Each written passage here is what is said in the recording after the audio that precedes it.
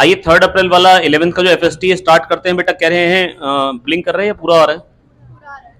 तो कह रहे हैं पार्टिकल इज मूविंग, बेटा कह रहे हैं पार्टिकल है घूम रहा है और उस पे जो बेटा एक फोर्स लग रहा है that is inversely proportional to R cube. Khatik बेटा जो फोर्स लग रहा है that is inversely proportional to R cube. पूछ रहे टाइम पीरियड किस पे डिपेंडेंट होगा? प्लीज बेटा मेरी बात सुने बहुत ध्यान से। अगर force inversely proportional to R cube है, मैंने आपको बताया था बेटा जब हमने पढ़ा ग्रेविटेशन, तो बेटा वहां पर हम पहले ऑर्बिटल वेलोसिटी निकालते थे फिर टाइम पीरियड निकालते थे, लेकिन यहां पर हम ऐसा नहीं करेंगे। क्यों?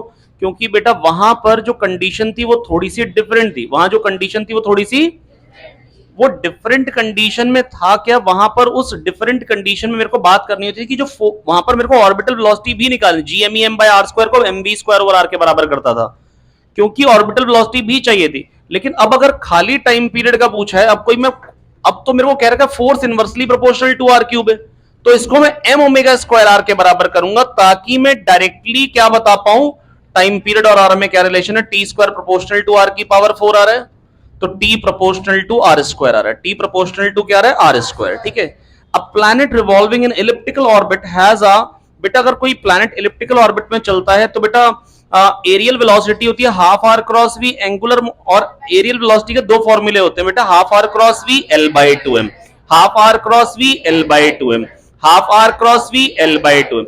और एंगुलर मोमेंटम कंजर्व होता है बेटा। एंगुलर मोमेंटम कंजर्व क्यों होता है? क्योंकि बेटा जो भी फोर्स है वो हमेशा सेंटर की तरफ आ रहा है, तो फोर्स सेंटर की तरफ आ रहा है तो टॉर्क क्या हो जाएगा बेटा? जीरो। टॉर्क जीरो मतलब एंगुलर मोमेंटम क्या होगा? कंजर्व होगा। टॉर्क जीरो तो एंगुलर मोमेंटम क्या होगा? कंजर्व होगा। तो बेटा यहां पर फोर्स जो है वो हमेशा यहां से पास कर रहा है, टॉर्क जीरो हो गया, एंगुलर मोमेंटम कंजर्व, तो एल बाई टू एम क्या हो जाएगा? कांस्टेंट। एरियल वेलोसिटी होती है L by two M, L constant है तो एल बाई टू एम क्या हो जाएगा बेटा? कांस्टेंट हो जाएगा। संघर्ष समझ में आ रहा है? तो एंगुलर मोमेंटम कंजर्व रहेगा, एंगुलर मोमेंटम कंजर्व रहेगा। क्या तो समझ में आ गया? कोई दिक्कत की बात नहीं है। ठीक है। इसके बाद बेटा तो मैंने आपको बेटा क्या बता दिया, एंगुलर मोमेंटम कंजर्व, तो एरियल वेलोसिटी क्या आएगी? कांस्टेंट। वो आर पे डिपेंडेंट नहीं आएगी, एरियल वेलोसिटी क्या आएगी? कांस्टेंट आएगी। बेटा मेरी बात सुनते जाएंगे बहुत ध्यान से।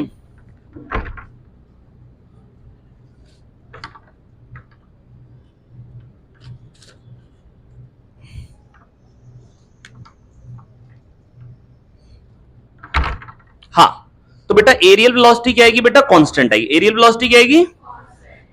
इसके बाद बेटा क्वेश्चन नंबर 4 है, सॉरी 3 है। यहां पर कह रहे हैं कि यहां पर 4 स्फेयर्स हैं, चारों का रेडियस जो है वो a है और साइड लेंथ स्क्वायर की b है। पूछ रहे हैं कि इसके अबाउट मोमेंट ऑफ इनर्शिया क्या आएगा। बेटा देखो दो थ्योरम्स होती हैं, एक पैरेलल एक्सिस थ्योरम, एक perpendicular axis theorem. Perpendicular axis theorem केवल 2D बॉडी के लिए वैलिड होती है। परपेंडिकुलर एक्सिस थ्योरम कहती है अंशिका, परपेंडिकुलर एक्सिस थ्योरम कहती है अगर कोई 2D बॉडी है उसमें एक एक्सिस के अबाउट अगर moment of inertia I x है, दूसरी के अबाउट अगर आई वाई है, तो आई जेड क्या आ जाएगा? I X plus I Y. I Z क्या आ जाएगा? I X plus I Y, है ना। तो इसके अबाउट जो मोमेंट ऑफ इनर्शिया आ जाएगा, जो ये वाली एक्सिस के अबाउट मोमेंट ऑफ इनर्शिया आ जाएगा, वो क्या देगा? 2/5 ma स्क्वायर, इसका 2/5 ma स्क्वायर, इसका क्या है? 2/5 ma square plus mb square, इसका 2/5 ma square plus mb square. तो 8/5 ma स्क्वायर तो डायरेक्ट आ गया, 8/5 ma स्क्वायर तो, और mb स्क्वायर कितनी बार आएगा? 2, क्योंकि IC plus MD square, IC plus MD square, इन दोनों के लिए तो आईसी, तो 4 आईसी तो आने ही थे, 4 आईसी तो आ गया समझ में। अगर मान लो कोई पूछ रहे रेडियस ऑफ गायरेशन, तो रेडियस ऑफ गायरेशन के लिए क्या कहते हैं? सारा का सारा मास उठा के कहां एक जगह पे रख दे to get the same moment of energy. 4m² से कंपेयर करेंगे। गलती बच्चे ये करते हैं m² से कंपेयर कर देते, तो ऐसा नहीं करेंगे, ऐसा नहीं करेंगे। क्या ये बात समझ में आ गई नहीं आ गई है? इसके बाद बच्चों, इसके बाद है कह रहे हैं दो स्प्रिंग को हमने क्या किया? सीरीज में लगा दिया। बेटा सीरीज में के इक्विवेलेंट क्या था? 1/k equivalent equal to 1/k1 plus 1/k2 plus 1/k3, और पैरेलल में आता है K equivalent k1 plus k2 plus k3। Please मेरी बात सुनेंगे।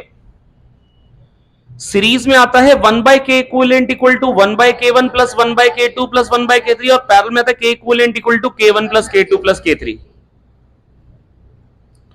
तो के अगर सीरीज में लगा दी तो के इक्विवेलेंट पे क्या फर्क पड़ेगा? हाफ हो जाएगा, और टाइम पीरियड होता है 2 pi under root m by K, और के अगर हाफ हो गया तो ऊपर 2 आ गया, तो टाइम पीरियड क्या हो जाएगा बेटा, √2 टाइम्स हो जाएगा। टाइम पीरियड क्या हो जाएगा, √2 टाइम्स हो जाएगा। मेरे हिसाब से मैं आपको समझा पाया हूं। नेक्स्ट, इसके बाद a particle standing on a spring balance inside a stationary lift measure 60 kg। Stationary में 60 आ रहा है, तो कह रहे हैं अगर लिफ्ट नीचे जा रही होगी तो क्या आएगा, आइए भाई, तो वेट क्या मेजर करेगी बेटा। देखो अगर आपने देखा हो, जो आप अपना वेट मेजर करते हैं वेइंग मशीन में, ज्यादातर नहीं, हमेशा प्रैक्टिकली दुनिया में वो केजीज में होता है। हालांकि यहां पर क्वेश्चन में न्यूटन में पूछा है बेटा। जो वेइंग मशीन है वो मेजर क्या करती है, नॉर्मल। क्या मेजर करती है, नॉर्मल। अब बेटा देखो अगर ये नीचे जा रहा है तो बेटा नॉर्मल क्या आ जाएगा, mg माइनस है, mg इफेक्टिव आ जाएगा। और a से नीचे जा रहा है तो ma सूडो फोर्स ऊपर को आएगा, तो बेटा नॉर्मल क्या बन जाएगा, mg इफेक्टिव। और g इफेक्टिव क्या हो जाएगा, g माइनस है। g इफेक्टिव क्या हो जाएगा, g माइनस a। क्या ये बात समझ में आ गई, नहीं आ गई है, पक्का समझ में आ गई। a से नीचे जा रहा है तो ma सूडो फोर्स ऊपर को लगाएंगे तो mg नीचे ma ऊपर, तो बेटा क्या आ जाएगा, mg minus a। mg effective आ जाएगा mg माइनस a। क्या तो समझ में आ गया। तो 60 तो उसका वेट है, और g माइनस से क्या हो जाएगा, 10 माइनस 1.8, जिसकी वैल्यू बड़े आराम से आप निकाल सकते हैं 60 इंटू 8.2। अगर एग्जैक्ट करना चाहे, नहीं तो 6 8 40, 480 से थोड़ा सा ज्यादा आएगा। 480 से थोड़ा सा ज्यादा वाला जो ऑप्शन है वो 492 है।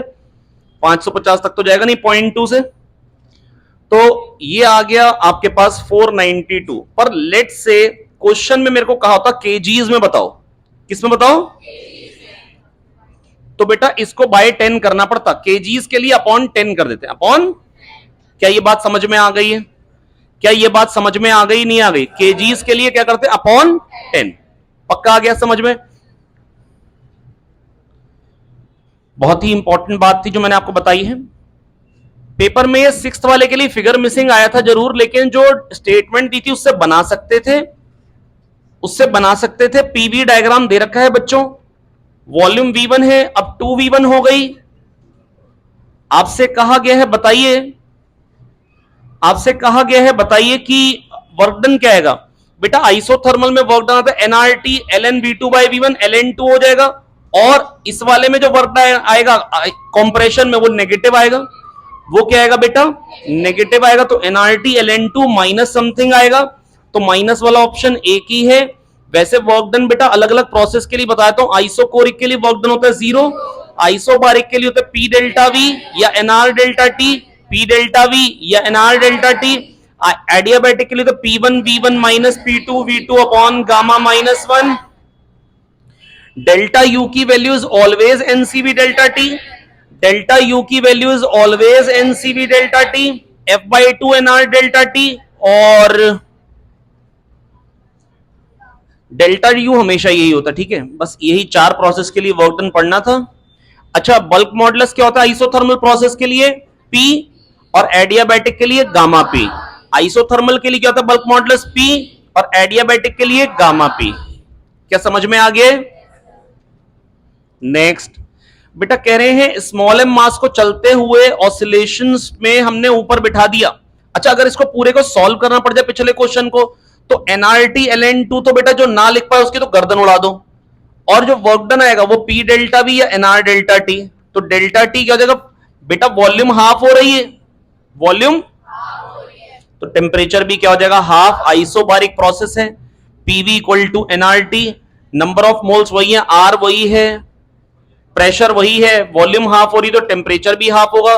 तो NR डेल्टा T में क्या आ जाएगा, final temperature T/2 initial temperature T, तो माइनस NR T/2 आ जाएगा।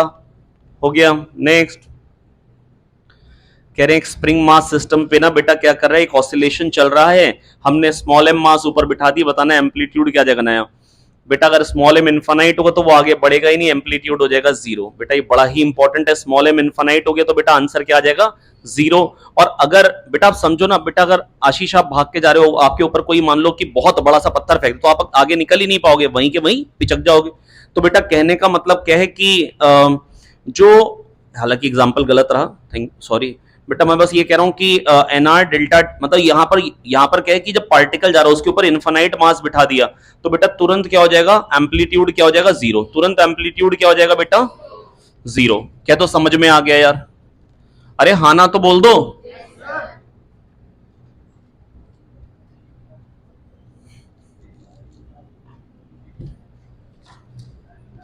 बाप रे, बहुत तेज गर्म आ रहा है यार। हाँ, इसके बाद बेटा देखो, बात सुनो बहुत ध्यान से। जुनैद बेटा ज्यादा मस्ती भी नहीं। अब बेटा देखो, इसको अगर पूरा सॉल्व करना हो बेटा, ये क्वेश्चन को पूरा सॉल्व करना सीखना पड़ेगा, क्योंकि simple conservation of linear momentum है। उजैर बेटा थोड़ा ध्यान से देखें, हिमांशु मसीह बेटा पूरा कॉन्सेंट्रेट करेंगे। बेटा मैं बस बार बार आपको एक बात समझा रहा हूं कि मेरे को नहीं पता कि आ, कौन किस जगह पे खड़ा है, पर मैं आपको बस इतना कह रहा हूं, अपनी जगह से थोड़ा सा आगे बढ़ जाएं, जहां पर भी हैं आपको लगातार आगे बढ़ना है बेटा, तभी लगातार क्लास चल रही है। मैं आपको बार बार बता रहा हूं बेटा, बहुत मेहनत चल रही है, आप लोग प्लीज थोड़ा सा उसका फायदा उठाएं, नहीं तो कोई फायदा नहीं है बेटा। प्लीज थोड़ी सी एफर्ट मारें। तो ये कैपिटल एम मास का ब्लॉक है, ए एम्पलीट्यूड। अगर ए एम्पलीट्यूड है, मीन पोजीशन पे क्या होती है वेलोसिटी? मैक्सिमम होती है, नहीं होती है? मीन पोजीशन पे वेलोसिटी क्या होती है? मैक्सिमम होती है। और वो मैक्सिमम वेलोसिटी कितनी होती है? A omega. X equal to A sine omega T, V equal to A omega cos omega T, V equal to A omega. और एक रिक्वेस्ट है, प्लीज प्लीज प्लीज चीटिंग मत करिए उसमें बेटा। आप मतलब हम बिल्कुल गुमराह हो जाते हैं, हमको समझ में नहीं आता कि आप चल कहां रहे हैं। मतलब आप लोग बिल्कुल ईमानदारी से दीजिए, उसमें कोई फायदा नहीं चीटिंग करके, नुकसान नुकसान है केवल। ए ओमेगा, ओमेगा क्या होता है? Under root K by M. कैसे? Restoring force proportional to X, restoring force M omega square X, omega under root K by M. तो बेटा पहले एम मास था और वेलोसिटी क्या थी? ए under root K by M. और बाद में क्या हो जाएगा बेटा? मास एम प्लस एम हो जाएगा, जब आपने स्मॉल एम मास ऊपर बिठा दिया। अब इकट्ठे चलने लगे, मान लो एम्पलीट्यूड हो गया ए डैश, और ओमेगा क्या हो जाएगा? Under root K by M plus M, under root K by M plus M. तो यहां से ए डैश क्या आ जाएगा? ए डैश आ जाएगा A under root M upon M plus M. क्या दो आ गया समझ में भाई? कोई दिक्कत की बात नहीं है। नेक्स्ट, ये क्वेश्चन काफी इंपॉर्टेंट था। क्वेश्चन नंबर 8 के लिए बेटा मैंने बहुत सारी बातें बताई थी आपको, फिर से बता देता हूं, बहुत ध्यान से सुन लीजिए, क्या पता आ ही जाए।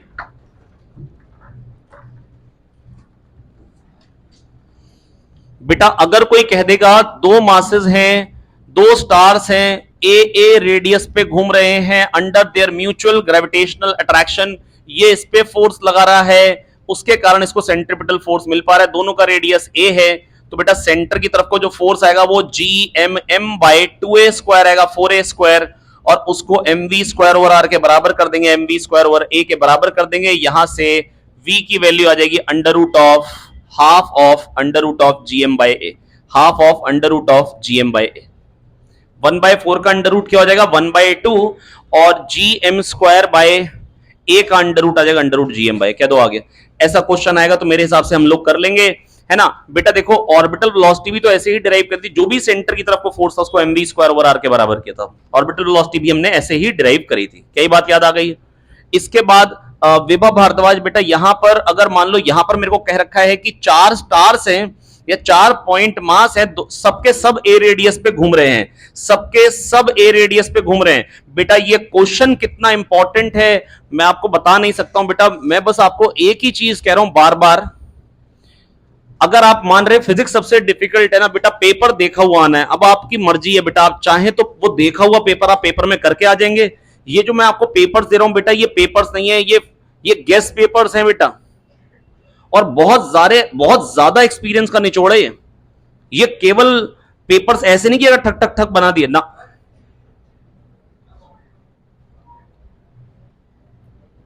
कोई बात नहीं, ये शायद मां बनने वाला है।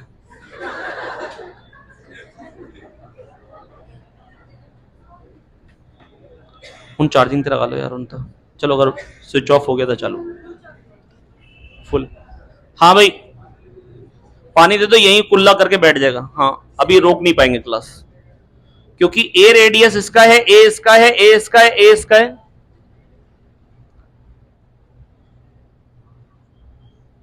आइए देखिए, तो ये ए तो ये क्या हो जाएगा? ए रूट 2 कितना हो जाएगा जसप्रीत?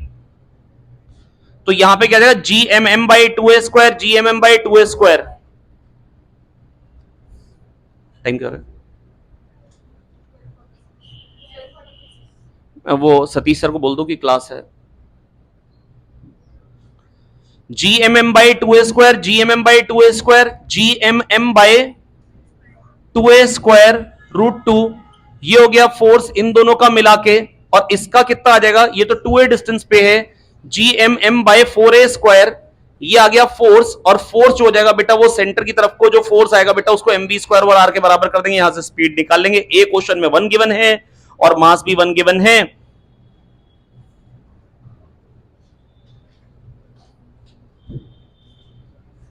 क्या हो पाएगा क्वेश्चन ये।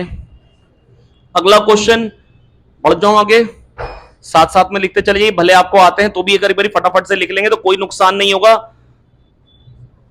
बेटा मैं आपको सीरियसली कह रहा हूं, एक एक पेपर को 3-3 बार करना पड़ेगा, तब जाके बेटा अपने मतलब फाइनली पेपर में सेम क्वेश्चन को हिट कर पाएंगे।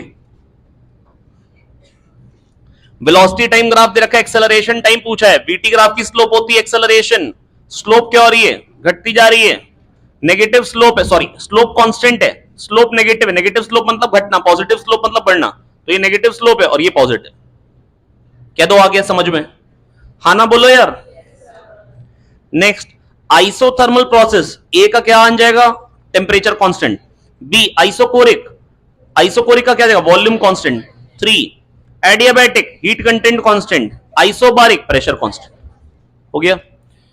अगला, अगले वाले में बेटा मेरे को कह रखा है कि वॉल्यूम में चेंज कितना आएगा। बेटा देखो मैं आपको बताता हूं, ये जिसका भी पेपर मैंने लिया है मेरे को मजा नहीं आया ये पेपर पकड़ के बिल्कुल भी, क्यों मैं बता रहा हूं। ये L equal to L not one plus alpha delta T, मैंने रिवाइज करा, इन्होंने वही लिख दिया, बिल्कुल सही, कोई दिक्कत नहीं है मेरे को इसमें, लेकिन ए जब लिखा है तो A naught one plus beta delta T, पर मैंने बहुत कायदे से बताया था अगर इस डायरेक्शन में थर्मल कोफिशिएंट एक्सपेंशन अल्फा हो, अल्फा वन इसमें अल्फा टू, तो बीटा आता है alpha one plus alpha to. अगर आप खाली 2 अल्फा लिख के बैठ जाएंगे, वो तब के लिए जब अल्फा दोनों तरफ बराबर हो, आइसोट्रोपिक सॉलिड के लिए। अगर अलग अलग होगा तो बीटा क्या आता है, alpha one plus alpha to. आपको ये बात भी लिखनी चाहिए, क्यों, मेंस में आया क्वेश्चन, बच्चों को रटा था beta equal to 2 alpha, gamma equal to 3 alpha, वहां पे अल्फा वन अल्फा टू दे दिया, तुरंत झंड हो गई। अब ये अब लास्ट टू लास्ट ईयर आया है तो नीट में आने की पॉसिबिलिटी भी है। तो बीटा क्या होता है, alpha one plus alpha to, और गामा क्या हो जाता है, alpha one plus alpha two plus alpha three. जो तो बीटा 2 अल्फा बन जाता है तब जब अल्फा वन अल्फा टू बराबर होते हैं, और वॉल्यूम क्या आती है, v equal to V not one plus gamma delta T, है ना, और गामा क्या हो जाता है, alpha one plus alpha two plus alpha three, या 3 alpha if alpha one alpha two alpha three all are equal and all are equal to alpha. अबे हाँ ना तो बोल दो यार, सरुनिया बेटा आ ही जाता, इतने दिन रूम पे बैठा रहा, फायदा क्या मिला भाई यार। v equal to V not one plus gamma delta T, तो वी नॉट तो वॉल्यूम थी, इंक्रीज क्या आया, V not gamma delta T, और वी नॉट हो गया ए क्यूब, गामा हो गया 3 अल्फा। कह दो आ गया। अगला क्वेश्चन कह रहे हैं दो सैटेलाइट है, एक का रिवोल्यूशन टाइम पीरियड 1 आवर है, एक का 8 आवर है, टाइम एंगुलर वेलोसिटी का रेशियो बता। एंगुलर वेलोसिटी होती है 2 पाई बाय टी, क्या होती है, एंगुलर वेलोसिटी क्या होती है। यार एक बात मेरे को ईमानदारी की बताओ, मतलब ये टाइम पास है, अगर हम पेपर रिवाइज कराते कोई फायदा होता है। अच्छा ये तो टाइम पास ही कह रहा था प्रियांशु, नहीं मतलब ऐसे कोई दिक्कत की बात नहीं, मतलब ऐसे पुराने पेपर ज्यादा रिवाइज कर ले तो ज्यादा अच्छा है। चलिए अभी वाला पक्का कर लेते जो अभी अभी किया है।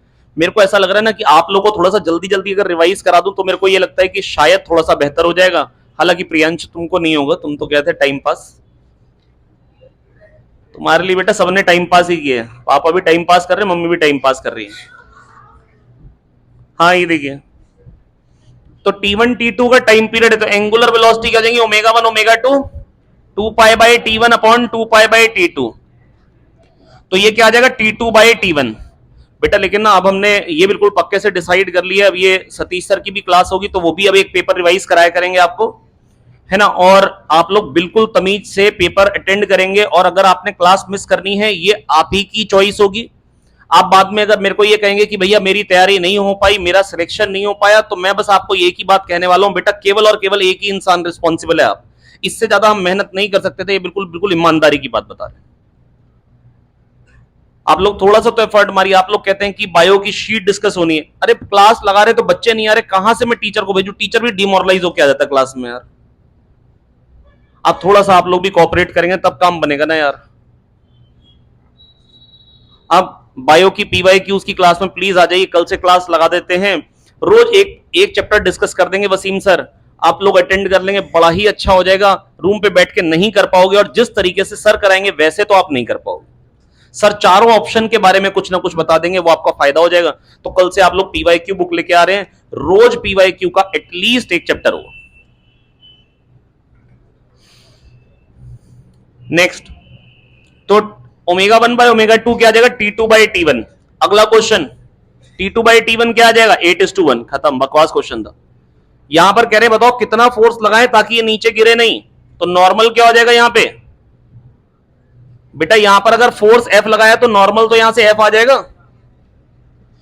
और अगर जस्ट गिर नहीं रहा है, मान लो जस्ट गिरे नहीं, तो म्यू एफ हो जाएगा, म्यू एन हो जाएगा, म्यू एन हो जाएगा फ्रिक्शन, मैक्सिमम फ्रिक्शन होता है म्यू एन, और मास दे रखा है 0.2 0.5, ये हो गया 5, और म्यू क्या दे रखा है बेटा क्वेश्चन में? 0.2, तो 0.2 एफ इज इक्वल्स टू 5, यहां से क्या जाएगा 50/2, तो एफ क्या आ जाएगा 25।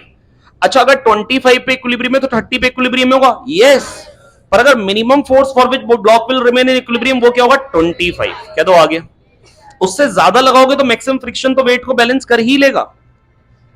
कल्याणी समझ में आ गया? मिलेंगे बड़ी क्लास के बाद। नेक्स्ट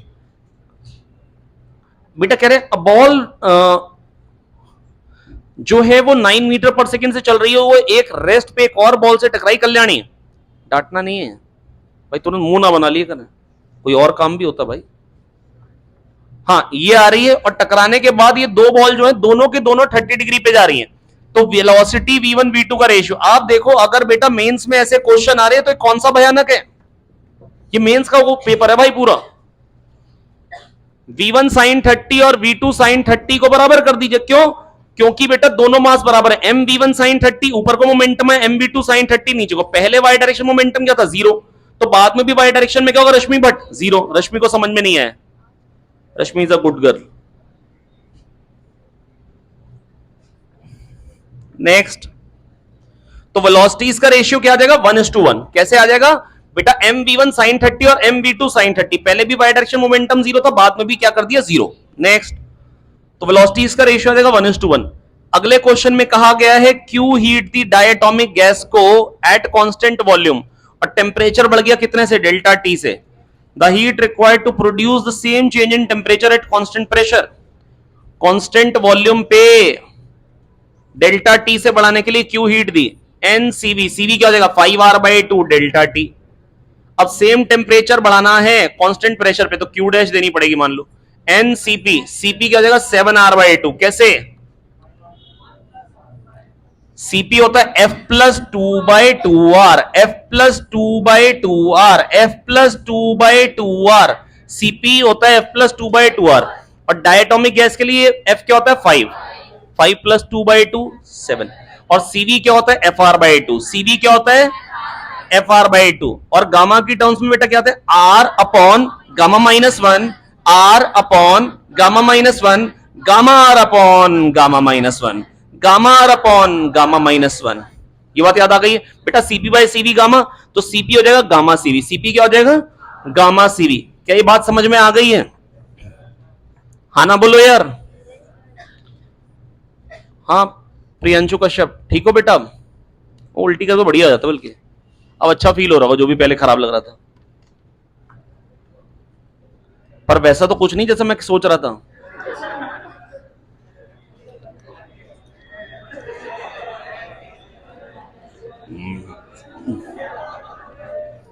हाँ ये देखिए,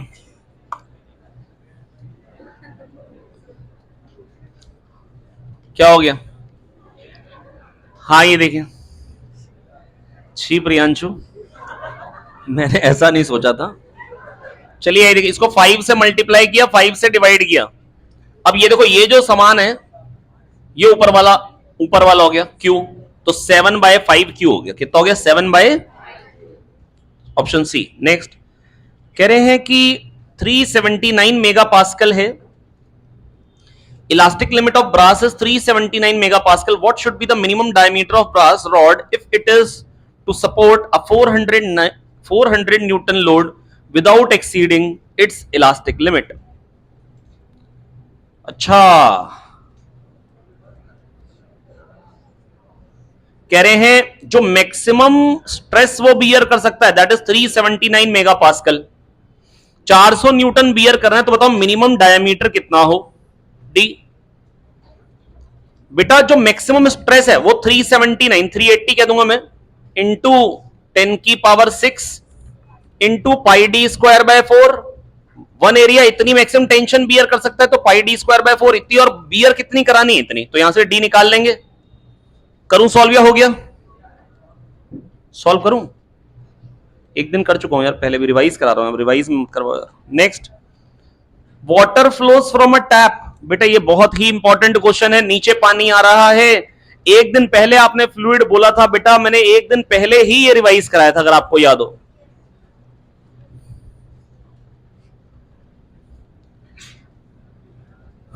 नीलम मेहता कहें, नीलम मेहता, हिमानी, हिमानी,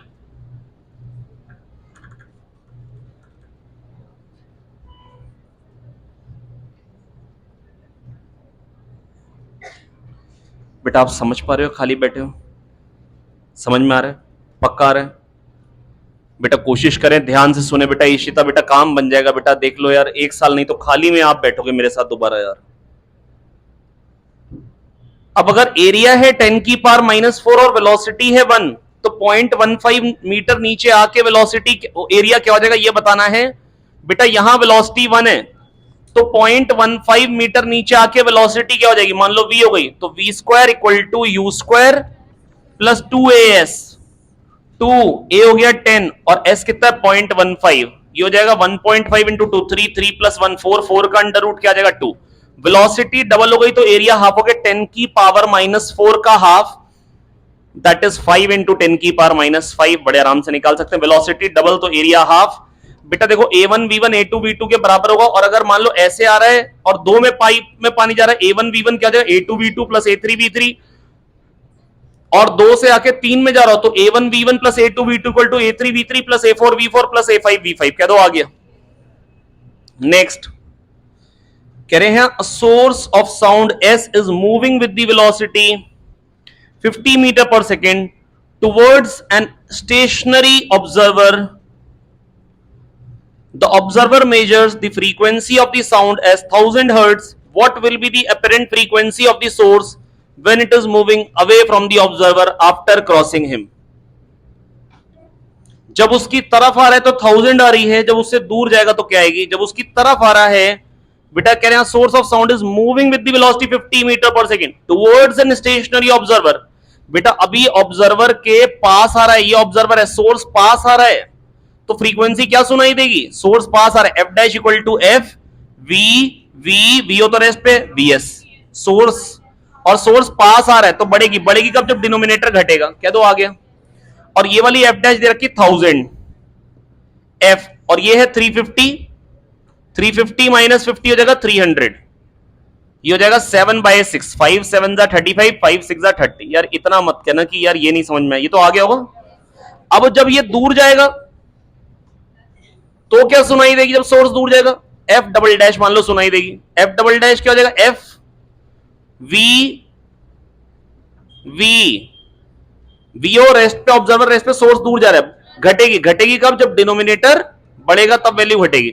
अब ये 400 हो गया, 5 7 5 8 7/8 एफ, ये आ गया एफ डबल डैश। निकालना क्या? एफ डबल डैश, एफ की इन दोनों को ये तो डिवाइड कर दो, नहीं तो 7f क्या आ रहा है? 8f डबल डैश, यहां पर 7f को लिख दो 8 टाइम्स f डबल डैश, तो f डबल डैश क्या देगा? 3/4 ऑफ 1000 दैट इज 750। कह दो आ गया यार, कोई दिक्कत की बात?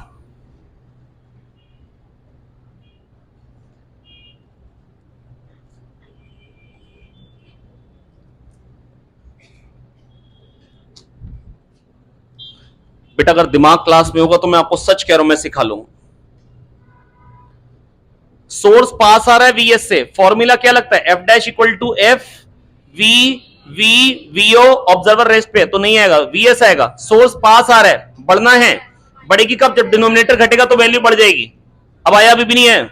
अब अगले स्टेप में सोर्स दूर जा रहा है, अब मान लो जो फ्रीक्वेंसी सुनाई देगी वो एफ डबल डैश सुनाई देगी, F double dash equal to F V V VO VS. Source दूर जा रहा है, सोर्स दूर जा रहा है, घटेगी। बस ये दो चीजें लगनी थी, पहले 1000 सुनाई दे रही थी, बाद में कितनी सुनाई देगी ये पूछना है। डिवाइड कर दीजिए दोनों एक्सप्रेशंस को, एफ कट जाएगा। नहीं आया समझ में?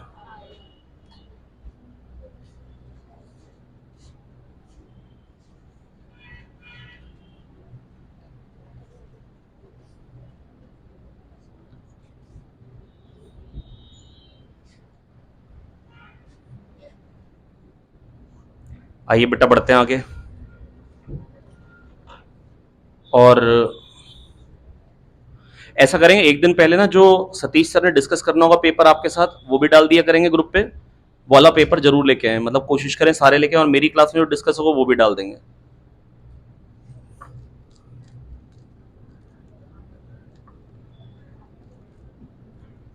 और यार डिस्कशन क्लासेस यार बाकी सब्जेक्ट्स की भी लगानी है।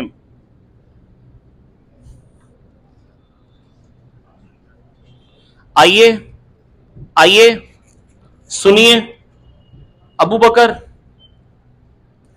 कह रहे हैं 50 किलोग्राम जो है वो मास ऑफ मैन है और उसका सन है 20 किलोग्राम का। कह रहे हैं मैन ने सन को पुश किया 0.7 से अपनी रिस्पेक्ट में, तो बताना है मैन की स्पीड कितनी होगी आफ्टर पुशिंग। बेटा देखो मैं आपको एक बात बताना चाहता हूं, रिकॉइल ऑफ गन में पढ़ाया था दोस्त, रिकॉइल ऑफ गन में क्या पढ़ाया था बेटा, मैंने आपको बताया था कि अगर ये गन है और ये बुलेट निकली, मान लो यू वेलोसिटी से निकली, कितनी वेलोसिटी से निकली,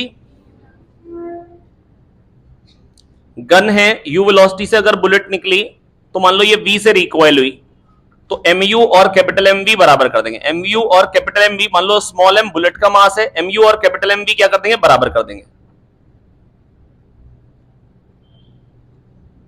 और अगर मान लो ये यू से निकली, इसकी रिस्पेक्ट में, मजल वेलोसिटी का मतलब था विद रिस्पेक्ट टू गन, मतलब गन से, गन पे बैठा हुआ व्यक्ति कह रहा है वो यू से दूर जा रही है उससे, अब गन खुद वी से जा रही है तो वो यू माइनस वी से जा रही हो, क्योंकि वो गन से यू, रशेल बेटा अगर वो यू से दूर जा रही है गन से और गन खुद वी से जा रही है तो actually bullet U minus V से जा रही है, या आप कह सकते हैं velocity with respect to gun plus velocity of gun.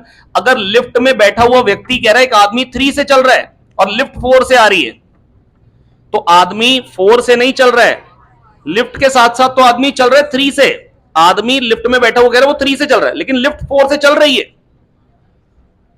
तो velocity with respect to lift plus velocity of lift 5 तो आ ही जाएगा। कह दो आ गया समझ में यार, नहीं आया समझ में, आ गया नहीं आ गया? तो बेटा मैं बस आपसे ये कहना चाह रहा हूं, ये स्मॉल एम मास है, यू से जा रहा है, इसकी रिस्पेक्ट में ये खुद वी से जा रहा है, ये कह रहा है मेरे से यू से दूर जा रहा है, ये वी से इधर जा रहा है, तो ये यू माइनस वी से जा रहा है एक्चुअली। कह दो आ गया, तो M into U minus V बराबर कैपिटल एम इंटू वी। बेटा उसी थीम से चुराया हुआ क्वेश्चन है ये, मेन से आपके में होगा तो बुलेट ही आएगी, पर ऑप्शंस देखिए कितने अच्छे दिए। अरे आदमी का मास ज्यादा है बच्चे से, आदमी ने बच्चे को पुश किया 0.7 से, अगर आदमी और बच्चे बराबर बराबर होते दोनों 0.35 से रिकॉइल करते, पर आदमी भारी है, आदमी पे भी वही फोर्स आया, बच्चे पे भी वही आया, तो आदमी हल्के जाएगा, 0.35 से कम वेलोसिटी से जाएगा। एक ही ऑप्शन है 0.2, एक ही ऑप्शन है।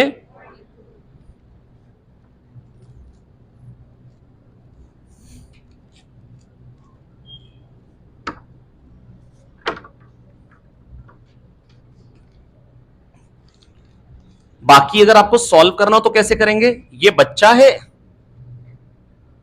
आदमी मान लो v से रिकॉइल हो रहा है, आदमी की वेलोसिटी मान लो v है, इसने इसकी वेलोसिटी बच्चे की इसकी रिस्पेक्ट में 0.7 है, तो इसकी क्या हो जाएगी 0.7 माइनस वी, तो 20 into 0.7 minus V is equals to 50 into V. आदमी का मास 50 है और बच्चे का 20, क्या यहां से आप निकाल लेंगे 2 इंटू 0.7 1.4 और 2v 5v 7v, तो बेटा यहां से v कितना आ जाएगा 1.4 बाय 7, 7 टू द 14.2 आ जाएगा आंसर। नेक्स्ट बेटा t इक्वल टू 0 पे स्नैपशॉट दे रखा है वेव का, कह रहे t इक्वल टू 0 पे फोटो ली, सॉरी ऊपर नहीं है नीचे है, ऐसे रस्सी की फोटो आई t इक्वल टू 0 पे, पूछ रहे हैं फाइ कितना है, t इक्वल टू 0 पे वेव फंक्शन क्या बन जाएगा साइन के एक्स प्लस फाइ। ये साइन थीटा का ग्राफ नहीं है, ये माइनस साइन थीटा का, साइन का ग्राफ ऊपर से आता है, ये माइनस साइन का, sign pi plus theta minus sine theta होता है, तो फाइ क्या हो जाएगा पाई, फाइ क्या हो जाएगा पाई, क्या दो आ गया।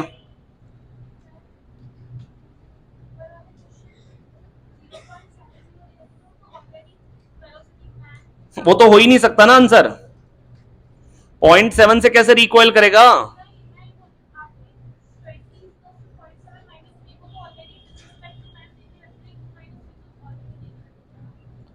बेटा विद रिस्पेक्ट टू मैन दे रखी है वेलोसिटी 0.7 है, मतलब ये मैन से 0.7 दूर जा रहा है, पर मैन खुद v से जा रहा है, तो ये कितने से जा रहा है 0.7 माइनस v से।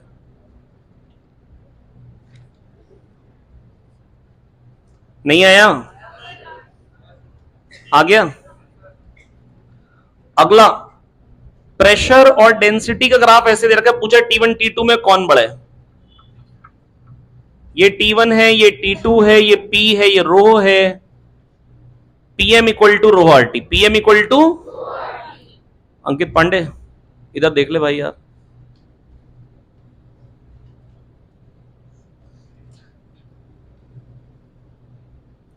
पीवी इक्वल टू एनआरटी, बड़ी बार बता दी, मास अपॉन मॉलिक्यूलर मास रखिए आरटी, एम बाय वी आ जाएगा rho, PM equal to rho RT या P equal to rho R T by M. अब सोचो अगर पी वर्सेस रो का ग्राफ बना रहे हैं, टेम्परेचर जितना ज्यादा होगा, ये स्लोप है आर टी बाय एम, जितना टेम्परेचर ज्यादा लोगे उतनी स्लोप क्या हो जाएगी ज्यादा हो जाएगी, तो T1 T2 से बड़ा है, कह दो आगे। नेक्स्ट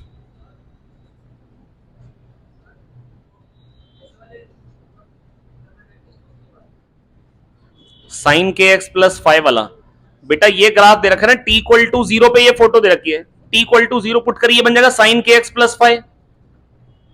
फाइ अगर 0 होगा, ऑप्शन पढ़ो क्या क्या, फाइ अगर 0 होगा तो साइन के एक्स, ऐसा हो सकता है साइन के एक्स का ग्राफ, तो साइन थीटा का ग्राफ तो ऐसा आता है ना, फर्स्ट क्वाड्रेंट में सेकंड क्वाड्रेंट में पॉजिटिव होता है साइन, याद आया छोटे होते पढ़ाते थे, फर्स्ट सेकंड क्वाड्रेंट में पॉजिटिव आता है। अब फिर दिया 0 के अलावा देखो पाई बाय 2 और minus pi by 2, sine pi by 2 plus theta तो होता है कॉस थीटा, क्या होता है कॉस 0 1 होता है, क्या 1 से या माइनस 1 से चालू हो रहे, नहीं, तो pi by 2 minus pi by 2 हो नहीं सकते। साइन पाई प्लस थीटा होता है माइनस साइन थीटा, याद दिलाता हूं 1 रेडियस के सर्कल में जो ऊंचाई होती है वो साइन थीटा होती है, पाई प्लस थीटा में ऊंचाई वही आती है पर नेगेटिव आती है, याद आ गई बात। Sine pi plus theta minus sine theta का ग्राफ दे रखा है, तो साइन पाई प्लस थीटा होगा। 2 mole of helium are mixed with 4 mole of hydrogen, find CV of the mixture. बेटा मैं चाहता हूं ये पूरा पेपर आपको रिवाइज करा दूं, ताकि आज के पेपर में अगर कुछ तो अच्छा कर पाओ यार।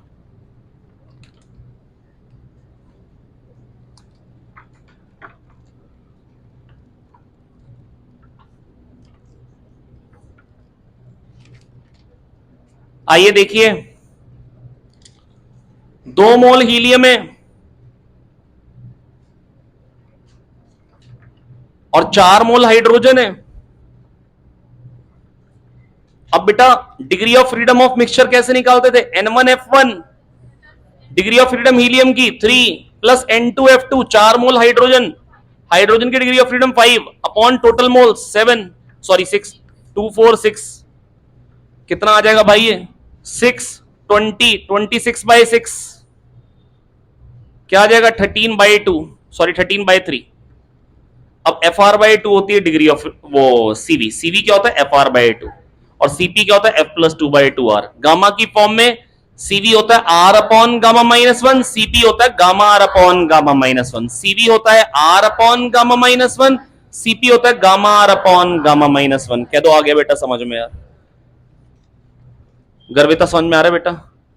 अब बेटा देखो मेरी बात सुन लो ध्यान से, डिग्री ऑफ फ्रीडम मिक्सचर की कैसे निकालते हैं? डिग्री ऑफ फ्रीडम मिक्सचर की निकालते हैं N1 F1 plus N2 F2 upon N1 plus N2, N1 F1 plus N2 F2 upon N1 plus N2। क्या दो आया?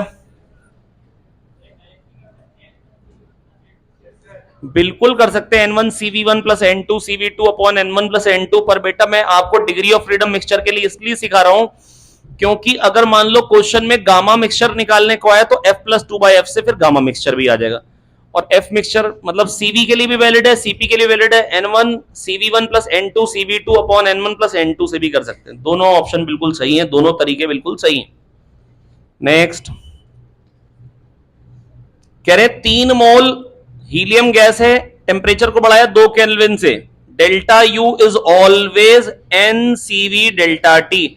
Delta U is always an CV delta T. कह दो आगे, ये किसका पेपर मेरे हाथ में?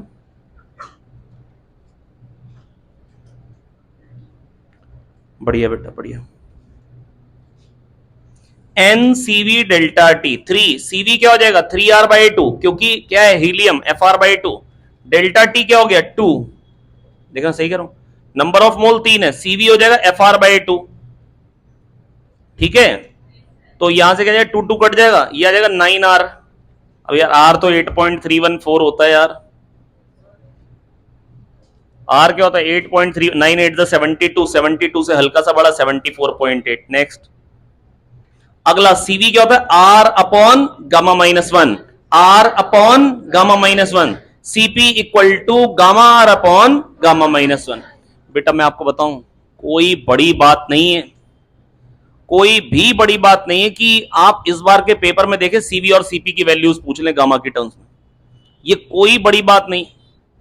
कम से कम 7 से 8 बार मेंस में पूछा गया क्वेश्चन है 3 साल में, कम से कम 7 8 बार। हालांकि उनका एक साल में पेपर कई बार होता है, पर 7 8 बार जो क्वेश्चन वो पूछ दे रहे हैं, सीपी सीवी की वैल्यूज पूछ दे रहा है, आपको बेटा याद होनी चाहिए। नहीं याद है तो बहुत नुकसान है, बहुत बड़ा नुकसान है। ऐसा टुच्चा क्वेश्चन गलत नहीं कर सकते। सीवी क्या होता है FR/2, CV equal to FR/2, CV equal to FR/2, CP equal to F plus 2/2R, CP equal to F plus 2/2R, CV equal to FR/2। और गामा की फॉर्म में CV equal to R upon gamma minus one, R upon gamma minus one, CP equal to gamma R upon gamma minus one, CP equal to gamma R upon gamma minus one. अगर mixture होगा gases का तो degree of freedom कैसे निकालेंगे mixture का? N1 F1 plus N2 F2 upon N1 plus N2, N1 F1 plus N2 F2 upon N1 plus N2 आ जाएगा। और degree of freedom mixture का आ गया तो FR/2 से CV आ जाएगा, CP आ जाएगा F प्लस 2/2R से। नेक्स्ट कह रहे हैं d2x/dt² equals to -16x, d2x/dt² is equal to -16x। तो ये हो गया ओमेगा स्क्वायर, ओमेगा स्क्वायर 16, तो ओमेगा क्या हो जाएगा 4, ओमेगा क्या होता है 2π/t, तो टाइम पीरियड क्या हो जाएगा π/2, टाइम पीरियड क्या हो जाएगा π/2। क्या दो आ गया यार, कोई दिक्कत की बात नहीं है। Next in a sinusoidal wave the time period for a particular point to move from maximum displacement to its mean position is 0.17 second. Frequency बतानी है, फ्रीक्वेंसी होती है 1 सेकंड में कितने ऑसिलेशन होंगे, 0.17 सेकंड में तो 1/4 ऑसिलेशन हो रहा है, खाली वो एक्सट्रीम से मीन पे आ रहा है 0.17 सेकंड में, फिर 0.17 सेकंड में मीन से एक्सट्रीम पे चला जाए, फिर 0.17 सेकंड में एक्सट्रीम से मीन पे, फिर 0.17 सेकंड में मीन से एक्सट्रीम पे। क्या तो आ गया यार, कोई दिक्कत की बात? हाँ ना बोलो भाई, आ गया?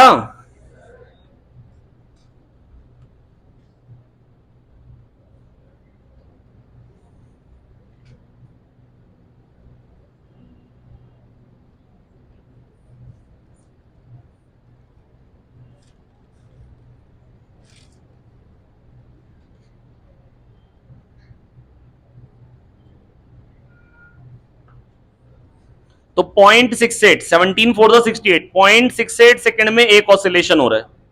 तो एक सेकंड में कितने होंगे? दो तो हो नहीं सकते, क्योंकि 0.5 से ज्यादा टाइम लग गया ना, तो दो तो हो नहीं सकते, दो से कम होगा और एक से ज्यादा। एक ही ऑप्शन है, कौन पूरा कैलकुलेट कर रहा है। बाकी अगर आपको करना हो कि 1/. इतने सेकंड में एक ऑसिलेशन, तो एक सेकंड में कितने हो जाएंगे? 1/0.68, 0.68 को 0.7 लिख दो, अब 10/7 कर लो कैलकुलेट यार, है ना। नेक्स्ट कह रहे पहले फ्रीक्वेंसी आ रही थी हमारी 256, हमने लेंथ को 1/4 कर दिया, टेंशन वही है बेटा। फंडामेंटल फ्रीक्वेंसी क्या थी? v/12, v क्या होता है? √t/μ, टेंशन वही है, वेलोसिटी वही है वेव की, लेंथ को 1/4 कर दिया, फ्रीक्वेंसी 4 टाइम्स हो जाएगी बेटा। v/12 लेंथ को 1/4 कर दिया, फ्रीक्वेंसी क्या हो जाएगी? 4 टाइम्स। बेटा याद दिला दो बेटा, v/12 ये होती थी फंडामेंटल फ्रीक्वेंसी, लेंथ को 1/4 कर दिया, v होता है √t/μ। कह रहे टेंशन वही है, मतलब वही कहना चाह रहे वेलोसिटी वही है, खाली लेंथ को 1/4 की, खाली लेंथ को 1/4 की, तो फ्रीक्वेंसी क्या हो जाएगी? 4 टाइम्स। अब 256 का 4 टाइम्स क्या हो जाएगा? 1024। नेक्स्ट, पक्का आ गया। 28 28 भी एक इंपॉर्टेंट क्वेश्चन है बेटा। कह रहे हैं मैक्सिमम वेलोसिटीज। बेटा मैं बस आपको ये कह रहा हूं, ये जो मैं बार बार बोल रहा हूं ना, ये इंपॉर्टेंट क्वेश्चन है, शायद मेरे को ये कहने की ना जरूरत नहीं है। अगर मैं पेपर में क्वेश्चन डाल रहा हूं, मैं पेपर छाप नहीं रहा हूं बेटा, मैं बार बार आपको एक बात बता रहा हूं, मैं पेपर बना रहा हूं और बहुत मेहनत से बना रहा हूं बेटा पेपर। ये पेपर बहुत ही इंपॉर्टेंट है। आप अगर पेपर करके चले गए ना बेटा हमारे 20 में, आपको सच कह रहा हूं सिलेक्शन निश्चित है। आप बिना घबराए जाइए बस, लेकिन पेपर कर लीजिए मेरे साथ साथ। आप खाली नहीं बैठिए बस, मतलब दिमाग भटकाइए नहीं, साथ साथ में बोलिए जब बुलवा रहे हैं, लिखिए जब लिखवा रहे हैं, काम बन जाएगा। चलिए आइए नेक्स्ट बेटा। देखो कह रहे हैं कि मैक्सिमम वेलोसिटीज बराबर है, मैक्सिमम वेलोसिटी क्या होती है? A omega. कह रहे एक बार स्प्रिंग कांस्टेंट K1 वाले से लगाया, एक बार स्प्रिंग कांस्टेंट K2 वाले से लगाया, दोनों बार मैक्सिमम वेलोसिटीज बराबर आई। मैक्सिमम वेलोसिटी होती है A omega, A1 ω1 = A2 ω2। A1 ω1 क्या होता है? √K1/m। याद आ गया स्प्रिंग में, अभी थोड़ी देर पहले होता है, restoring force proportional to x, restoring force m ω²x, kx m ω²x, omega √K/m। कह दो आया? नहीं आया? A2 √K2/m, तो A1/A2 क्या आ जाएगा? √K2/K1। और अगर कोई कह देगा मैक्सिमम एक्सेलरेशन बराबर है, तो अंडर रूट नहीं लगाएंगे। मैक्सिमम एक्सेलरेशन क्या होता है? ω² है, ω² K1/m इंटू A1, तो A1 K1 = A2 K2 आ जाएगा। नेक्स्ट कह रहे हैं ratio of kinetic energy to potential energy when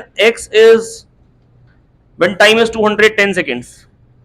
x दे रखा है A sin πt/10, sorry 90।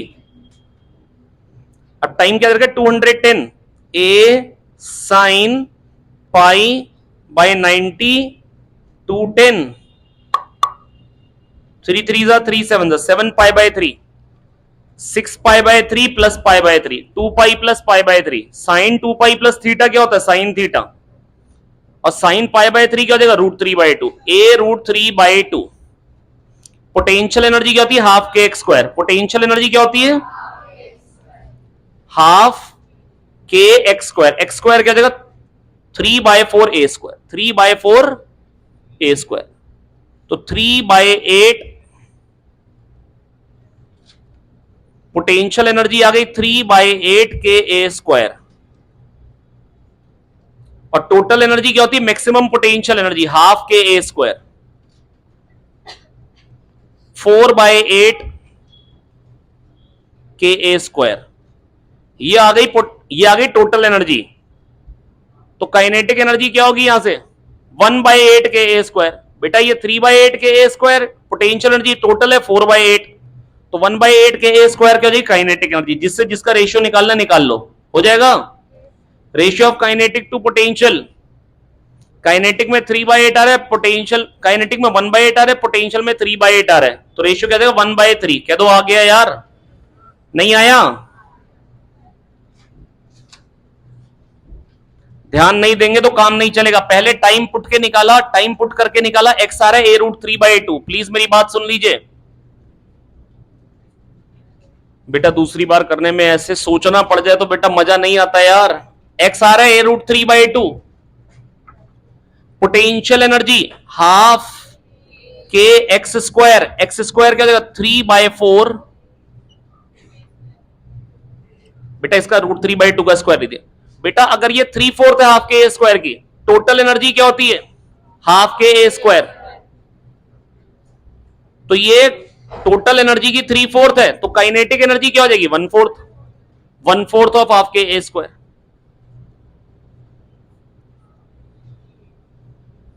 Ratio क्या आ जाएगा बताइए जरा, काइनेटिक से पोटेंशियल का 1/3 क्या आ जाएगा,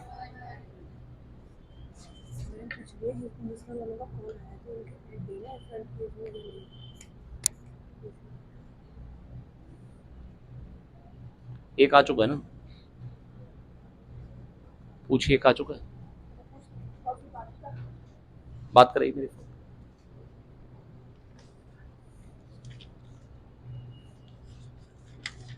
अब आगे अभी भी नहीं है रिया, इसमें सोचना पड़ जा रहा था, रिया दिमाग भटक रहा है बेटा।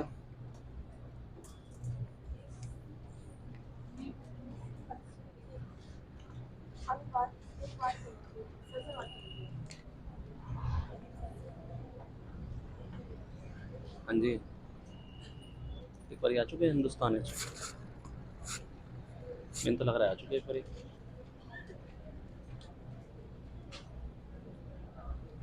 पूछ लो कि आ चुके एक बार या नहीं, आ चुके एक बार शायद।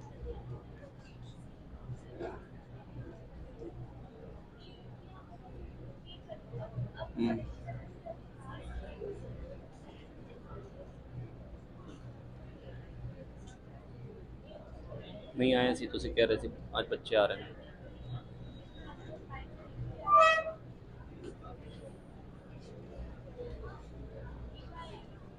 बस हम तो लोड नहीं, हम अगले महीने बैच लॉन्च कर रहे हैं छठे पर। ओके जी,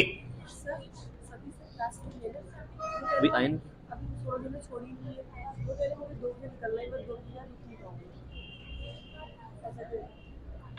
छोड़ी क्यों नहीं उन्होंने,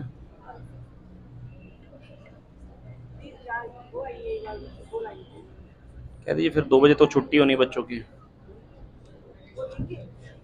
अब मेरे को क्या पता ना, मैं क्लास में हूँ, आप खुद ही बात करिए नीचे, सोनल सर से बात कर लीजिए, बताइए क्या कर रहा हूँ उनसे पूछ। हाँ जी बेटा कह रहे हैं the following figure depicts a standing wave in a medium which pair of particles are not in phase. बेटा फेज में कौन कौन से, जो सेम लूप में होते हैं फेज में होते हैं, और एक लूप छोड़ के जो होते हैं बेटा ये सारे सेम फेज में होंगे और ये अपोजिट फेज में होते हैं। या तो फेज डिफरेंस स्टैंडिंग वेव में 0 होता है या 180 होता है, पाई कह दो आ गया। तो the following figure depicts standing wave in a medium which pair of particles are not in phase. कौन कौन से फेज में नहीं है, बी और जी फेज में है, ए और डी अपोजिट फेज में, और सी का तो फेज में होना या ना होना किसी के साथ बकवास है, क्योंकि सी तो रेस्ट पे, सी तो rate of transfer of energy in a wave, rate of transfer of energy power, power क्या होती है 2π² a² μ² μv, 2π² a² μ² μv, और इंटेंसिटी क्या थी 2π² a² μ² ρv, 2π² a² μ² ρv। जी नेक्स्ट, तो यहां पर बेटा ए स्क्वायर के भी प्रोपोर्शनल आएगा और फ्रीक्वेंसी के स्क्वायर के भी प्रोपोर्शनल में आएगा। Next 32, a steel wire of mass 4 gram and length 80 centimetre is fixed at 2 ends. The tension in the wire is 50 Newton. The wavelength of the fourth harmonic of the fundamental will be. Fourth harmonic में wavelength क्या आएगी, अबे length 80 है, 4 loop बन रहे हैं 1 2 3 4, wavelength कहां से कहां तक होती है, यहां से यहां तक आधी लेंथ, जो भी वायर की लेंथ है उसकी आधी है वेवलेंथ, तो 40 सेंटीमीटर। नेक्स्ट, अरे भाई अगला क्वेश्चन तो बिल्कुल बर्बाद है। बर्बाद कैसे भैया, पानी यहां तक है और ऑयल जो है वो यहां तक चढ़ा हुआ है। अब बेटा प्रेशर तो दोनों तरफ से बराबर आएगा तभी इक्विलिब्रियम है, जितना प्रेशर इधर से मार रहा है उतना इधर से, तभी तो रुका हुआ है। तो ρ1 GH1 ρ2 GH2 बराबर, अब अगर हाइट ज्यादा तो रो कम, क्योंकि जी तो बराबर है, रो 1 H1 रो 2 H2 बराबर। हाइट ज्यादा तो रो कम, 1000 से कम, वाटर की डेंसिटी 1000 होती है इसलिए। बाकी अगर कहो कि निकालना है तो आओ देखें, 1000 वाटर की डेंसिटी, जी एच, एच कितना है, ये 15 है, और इधर क्या है, रो ऑयल निकालना है, जी एच, एच कितना है 20, तो ऑयल की डेंसिटी कितनी आ गई, 3/4 ऑफ 1000, 750, कह दो आ गया यार। Next, value of gamma for hydrogen, helium and another diatomic gas X whose molecules are not rigid but have an additional vibrational mode are respectively equal to, gamma की value क्या होती है, 5/3, किसके लिए होगी, हीलियम के लिए, हाइड्रोजन के लिए क्या आएगी 7/5, हीलियम के लिए 5/3, F+2/F, बेटा गामा होता है F+2/F। अब हाइड्रोजन के लिए, डायटोमिक के लिए 5, हीलियम के लिए 3 होता है degree of freedom, monoatomic gas के लिए, और पॉलीएटॉमिक, और अगर कह रहे हैं रिजिड है और रिजिड नहीं है, एक और डायटोमिक गैस है लेकिन उसमें वाइब्रेशनल मोड है, एक वाइब्रेशनल मोड का मतलब 2 डिग्री ऑफ फ्रीडम, तो ये 7 हो जाएगा, 9/7 आ जाएगा, फिर क्या आ जाएगा 9/7, और आपको आंसर मिलता हुआ कौन सा, कौन सा, सेकेंड ऑप्शन। नेक्स्ट, अगले वाले में कह रहे हैं आधा डिस्टेंस V1 से ट्रेवल किया है, आधा V2 से किया है, तो बताने क्या एवरेज वेलोसिटी। आपको ये भी कह सकते हैं गया V1 से आया V2 से, कह देंगे यहां से वहां गया V1 से और आ रहा है V2 से, तो एवरेज स्पीड बताइए। एवरेज वेलोसिटी तो जीरो देगी, क्योंकि अगर गया और आया तो displacement zero, average velocity zero. Average velocity होती है total displacement upon total time, average speed होती है total distance upon total time.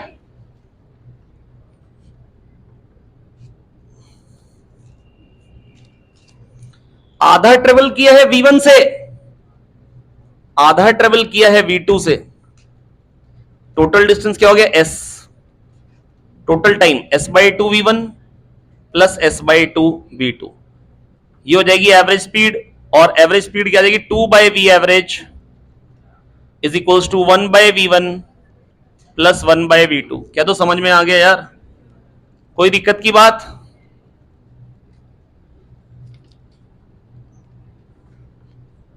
और मैंने आपको कहा था अगर V1 V2 V3 V4 से अगर पार्टिकल चला और कोई कह देगा एवरेज स्पीड, गॉसिया ये क्या कर रही हो, बता दें बच्चों क्या कर रही थी, पूरी तरीके से पूरी शिद्दत से अपनी नाक को धेड़ती हुई, कामयाबी नहीं मिल रही थी, और फिर इसने अपने आप को मोटिवेट किया, कोशिश करने वालों की कभी हार नहीं होती। हाँ तो कश्यप ठीक हो बेटा, तुम वर्तुल के साथ ज्यादा मत घूमा करो। चलिए आइए देखिए, क्वेश्चन आ गया 36। हाँ, अगर हाइट h पे चला गया तो बेटा पहले पोटेंशियल एनर्जी क्या थी, -Gmm/r, यहां पे आगे क्या हो जाएगी h हाइट पे -Gmm/r प्लस h। कह रहे h हाइट पे लेके गए, कह रहे बताओ increase in potential energy, change in potential energy बताना, फाइनल माइनस इनिशियल, लिखा भी है final minus initial, this minus this करना है, तो क्या आ जाएगा Gmm, this minus this 1/r minus 1/r plus h, तो क्या हो जाएगा r plus h minus r, Gmm/h upon r plus h। क्या तो आ गया समझ में यार, हो गया। नेक्स्ट,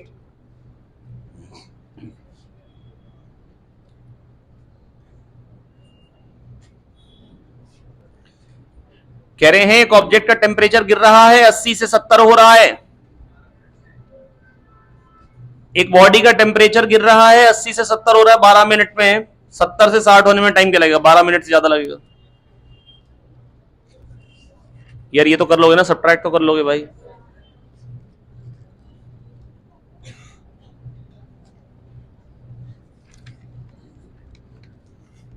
समय क्या हो गया यार, 131। थोड़ा सा जल्दी करवाइए क्योंकि यार ये आज पेपर भी आप लोगों का कितने बजे से है, 2:30, क्योंकि शाम में डिस्कशन के लिए भी आना होगा ना। हाँ ये देखिए,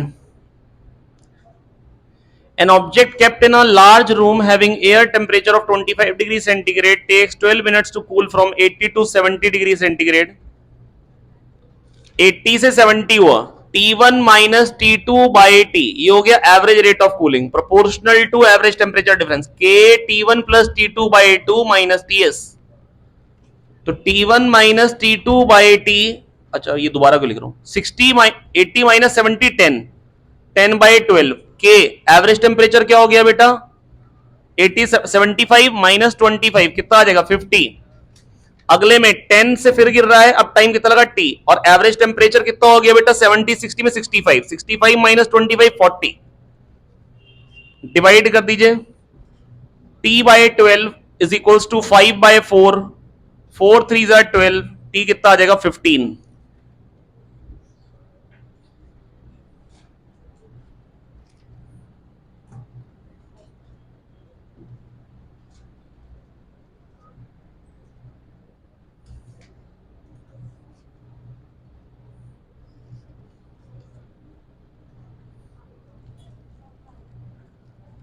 बेटा खाली लगाया यही है, average rate of cooling is proportional to average temperature difference, और कुछ भी नहीं. अगले वाले में बेटा अगर आप बहुत ध्यान से देखिए, टर्मिनल वेलोसिटी बेटा बड़ी बार याद करवा चुका हूं, 2/9 r square d minus rho g by eta, 2/9 r square d minus rho g by eta, 2/9 r square d minus rho g by eta, 2/9 r square d minus rho g by eta. कह दो आ गया. अब सुन लो,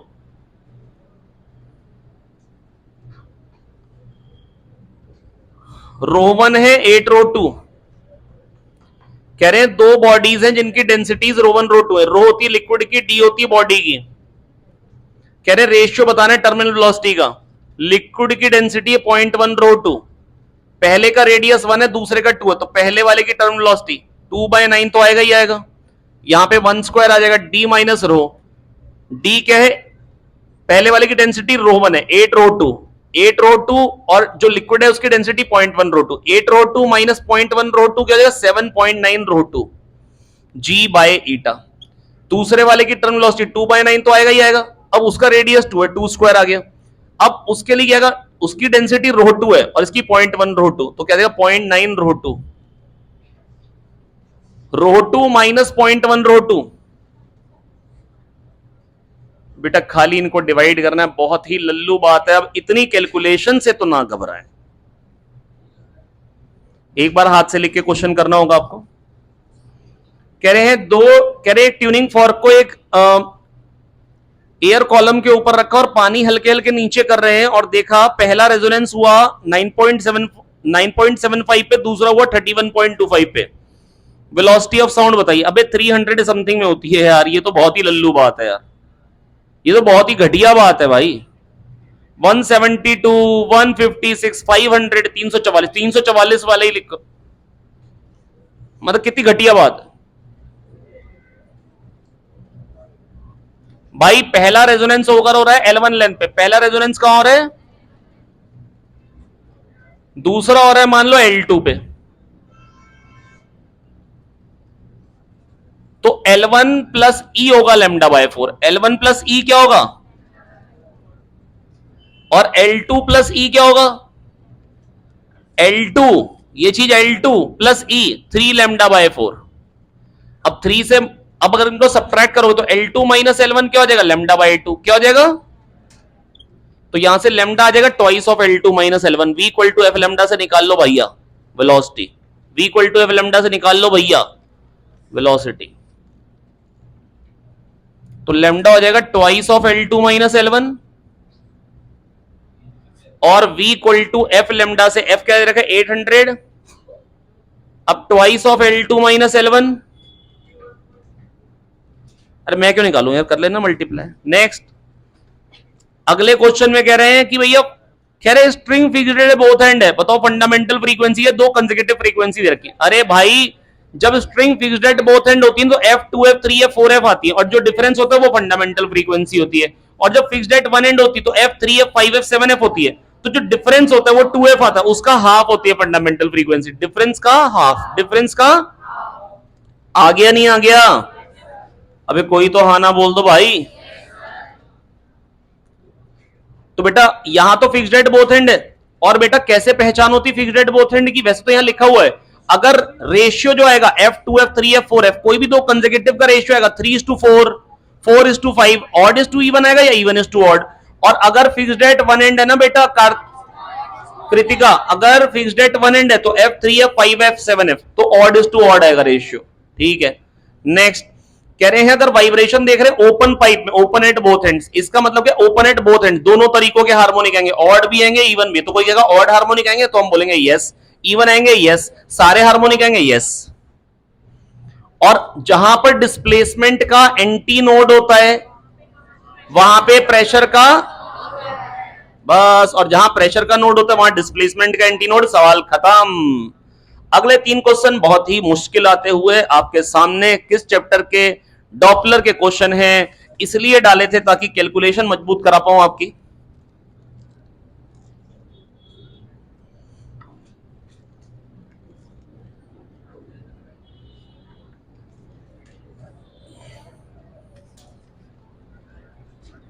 आइए,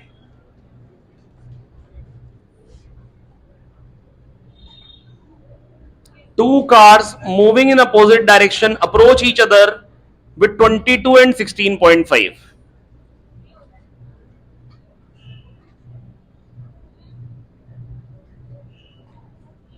The driver of the first car blows the horn with a frequency of 400. Frequency heard by driver of the second car.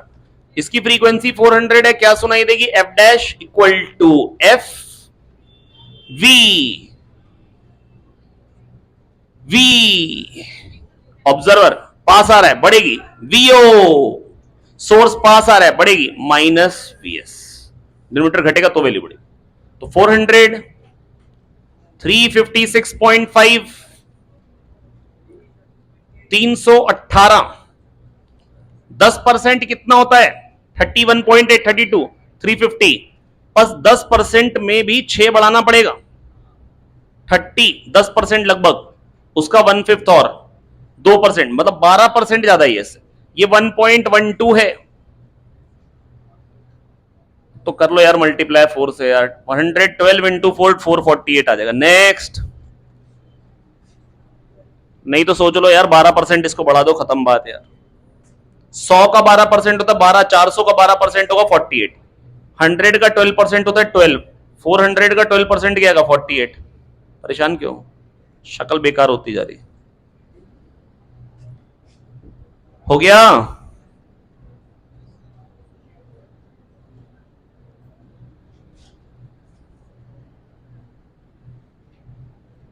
अगला question थोड़ा सा जल्दी करा लो यार। 43 से 50, 8 क्वेश्चन बाकी हैं, 8 मिनट में करने। आइए देखिए, सोर्स जो है चल रहा है 60 डिग्री एंगल पे, कितने डिग्री एंगल पे? और ये ऑब्जर्वर है, F dash equal to F 100, V 330, V observer rest पे, सोर्स पास आ रहा है, लेकिन जब पास आ रहा होता है किसी एंगल पे तो कौन सा कंपोनेंट काम का होता है? उसकी तरफ का, लाइन ज्वाइनिंग के लॉन्ग वाला, cos 60, 19.4 का cos 60, 19.4 का हाफ लगभग 10, पास आ रहा है बढ़ेगी -10, तो 330 अपॉन 320, 10 बड़ा है, 10% क्या होगा 30, लगभग 32 आ रहा है, मैं जान रहा हूं। तो इसका 10% का 1/3 बढ़ा, 33 पर, मतलब 3.3% बढ़ा है। तो ये क्या 1.0333, तो क्या आ जाएगा आंसर? 103, 103.3 कह लो। अरे कह दो आगे यार, नहीं है। नेक्स्ट, यार ये कैलकुलेशन भी बहुत बार सिखा दी मैंने, मालूम है आप लोगों को? कौन है? आइए देखिए,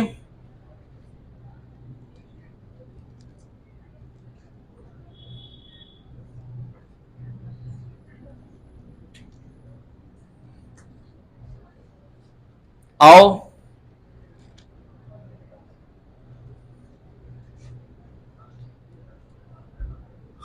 कह रहे हैं speeding motorcyclist sees a traffic jam ahead of him, he slows down to 36 kilometre per hour. वो स्लो डाउन करता है कितनी स्पीड पे? 36 किलोमीटर पर आवर कर लेता अपनी स्पीड।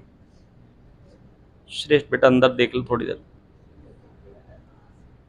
फायदा तो रह नहीं गया। पता नहीं उस दिन बैग पैक करके गए क्यों नहीं यार।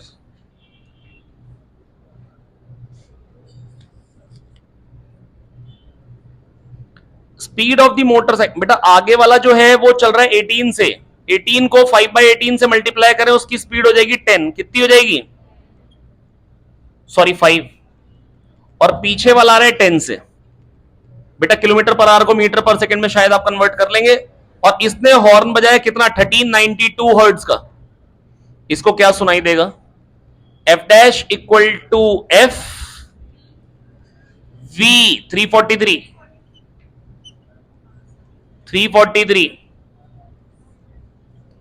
वीओ ऑब्जर्वर पास आ रहा है, बढ़ेगी। सोर्स दूर जा रहा है, घटेगी। घटेगा डिनोमिनेटर बढ़ेगा तो वैल्यू घटेगी। 1392 353 अपॉन 348। तो ये तो पता लग रहा है न्यूमरेटर डिनोमिनेटर से बड़ा है, तो आंसर 1392 से ज्यादा ही आएगा। दो ऑप्शन। चलिए अब देखिए कितना बड़ा है? 5 बड़ा है। कितना बड़ा है? 10% कितना होगा? 34.8, 35। और 35 का हाफ क्या होगा? 1.75। मतलब 1% क्या रहा है? 3.48, 3.5। उसका आधा जोड़ोगे तो लगभग 5 बन जा रहा है। तो ये करीब इससे 1.5% बड़ा है। कितना बड़ा है? 1.5%। तो 1.015, या तो मल्टीप्लाई कर लो, नहीं तो इसका 1.5% सोचो। 100 का 1.5% क्या होता है? 100 का 1.5% 1.5। 1000 का हो जाएगा 15। 1000 का क्या हो जाएगा? 1400 है। 1.5 4 बार और लेना है, 6 और बढ़ाना पड़ेगा। अरे यार 100 का 1.5% होता है 1.5, ये लगभग 1400 है। इसका 1.5% क्या जाएगा? 40। 100 का होता है 1.5, 1400 का 14 इंटू 1.5 दैट इज 21। 21 बढ़ाना है तो 21 बढ़ा दो इसको। 20 बढ़ाओगे तो क्या आ जाएगा? 14 12 14 13 आ जाएगा आंसर। क्या आ जाएगा आंसर? 14 13। उसके पास का कौन सा? C option. नेक्स्ट कह रहे एक ऑब्जेक्ट जा रहा है, वो 1:5 में टूट गया। मतलब आप पहले मान लो 6m मास था, बाद में m और 5m हो गया। छोटे वाले की वेलोसिटी दिए 6m इंटू यू बराबर m1v1 plus m2v2। 6m into you बराबर mv1 प्लस 5mv2। 1:5 में फूट गया ना यार, नहीं आया समझ में क्या? नेक्स्ट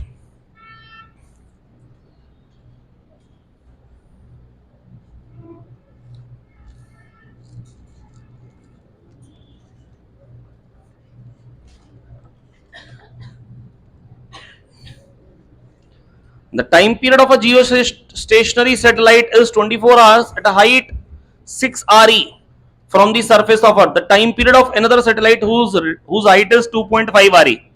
बेटा डिस्टेंस क्या हो गया सेंटर से? बहुत ध्यान से देखिए, एक का डिस्टेंस हो गया 7 आर और दूसरे का 3.5 आर। हाइट रेडियस हाफ हो गया सैटेलाइट का। T square proportional to R cube. Please मेरी बात सुनिए ध्यान से।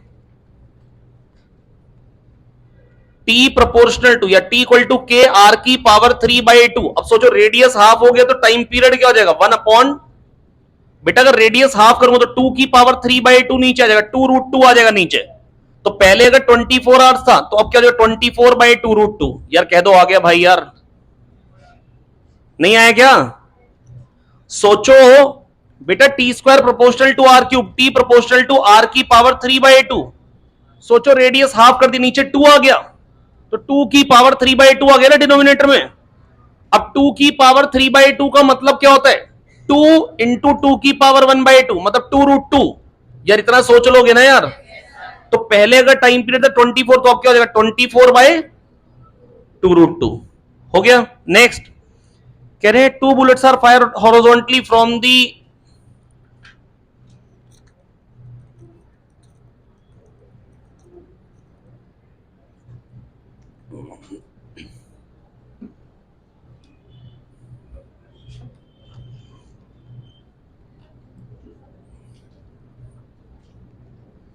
कह रहे हैं 2 बुलेट्स को फायर कर दिया हॉरिजॉन्टली, बिल्डिंग्स जो है 100 मीटर अपार्ट है,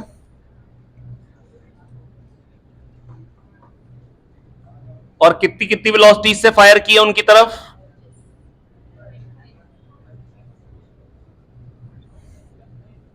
कितनी कितनी वेलोसिटी से फायर किया उनकी तरफ, 25 25, कितनी कितनी वेलोसिटी से, 25 25। अब ये नीचे आएंगे और यहां के ठाए टकरा गए, कितनी देर में टकराएंगे, 1 सेकंड में 25, वो पास में आ रहा है 25, ये 1 सेकंड में 50 से डिस्टेंस कम हो रहा है, 100 बीच का डिस्टेंस है, 2 सेकंड में टकरा जाएंगे क्षितिज, 2 सेकंड में क्षितिज, समझ में आ रहा है। तो 2 सेकंड में फूट गए यहां पे आगे भाई, और 2 सेकंड में नीचे कितना आएगा, 1 सेकंड में वेलोसिटी 10 से बढ़ेगी, 2 सेकंड में 20 से बढ़ेगी, एवरेज हो गई 10, 2 सेकंड में 20 नीचे आ जाएगा, 200 मीटर हाइट है, 20 नीचे आके कोलिजन हो रहा है, 180 मीटर की हाइट पे हो रहा है, कितने की हाइट पे हो रहा है। नेक्स्ट 5m मास है, 5m मास है, 3 में फूट गया, m मास u वेलोसिटी से इधर गया, m मास u वेलोसिटी से इधर गया, 3m मास कुछ v वेलोसिटी से इधर गया। बेटा पूछा ये है कि बताइए एनर्जी कितनी रिलीज हुई एक्सप्लोजन में, वैसे कहना चाहिए था जो एनर्जी रिलीज हुई वो केवल और केवल पार्टिकल्स के पास आ गई काइनेटिक एनर्जी की फॉर्म में, कोई आवाज नहीं हुई, कोई थर्मल एनर्जी प्रोड्यूस नहीं हुई, ये क्वेश्चन में कहना चाहिए था पर कहा नहीं है, पर कहा। प्लीज मेरी बात सुनिए बहुत ध्यान से बेटा, मैं बस आपको ये कहना चाह रहा हूं m मास जो है वो u से जा रहा है, दूसरा m मास भी u से जा रहा है, 3m मास कितने से जाएगा ये अगर मालूम चल जाए कैसे पता लगेगा, कंजर्वेशन ऑफ लीनियर मोमेंटम से। तो एनर्जी रिलीज क्या है, half M U square, half M U square, 2 बार एम यू स्क्वायर हो गया, और इसकी काइनेटिक एनर्जी कैसे लिखते, P square by 2m, M U का M U root two, M U root two का square 2m square U square by, ये पी स्क्वायर हो गया बाय 2m, और मास क्या है 3m, क्या दो आ गया, 2 2 कट जाएगा तो 1 + 1/3, 4/3 m यू स्क्वायर आ जाएगा। यार कह दो आ गया यार। अब 2 क्वेश्चन बाकी हैं इसके बाद, कह रहे हैं एक स्फीयर आ रहा है, सॉलिड सिलेंडर आ रहा है, कितनी हाइट तक चढ़ेगा भाई ऊपर, सेंटर की वेलोसिटी दे रखी, काइनेटिक एनर्जी कैसे लिखते हैं, हाफ आई ओमेगा स्क्वायर में आई किधर से लेते हैं, टोटल काइनेटिक एनर्जी के लिए बॉटम से, half 3/2 mr square omega square, 3/4 mv square, उसको mgh कर दो, यहां से हाइट निकाल लो, कह दो आगे। कोई दिक्कत की बात, अरे भाई कोई तो हाँ ना बोलो यार। 3/4 mv square equal to mgh, 3/4 mv square equal to, यहां से v निकाल लीजिए, √4 gh/3, सॉरी हाइट निकालनी थी यार, v पुट कर लेना, निकाल लेना यार। नेक्स्ट इसके बाद पूछा 8 पे और 12 पे वेलोसिटी, बेटा बहुत ही आसान क्वेश्चन है, fx ग्राफ दे रखा है,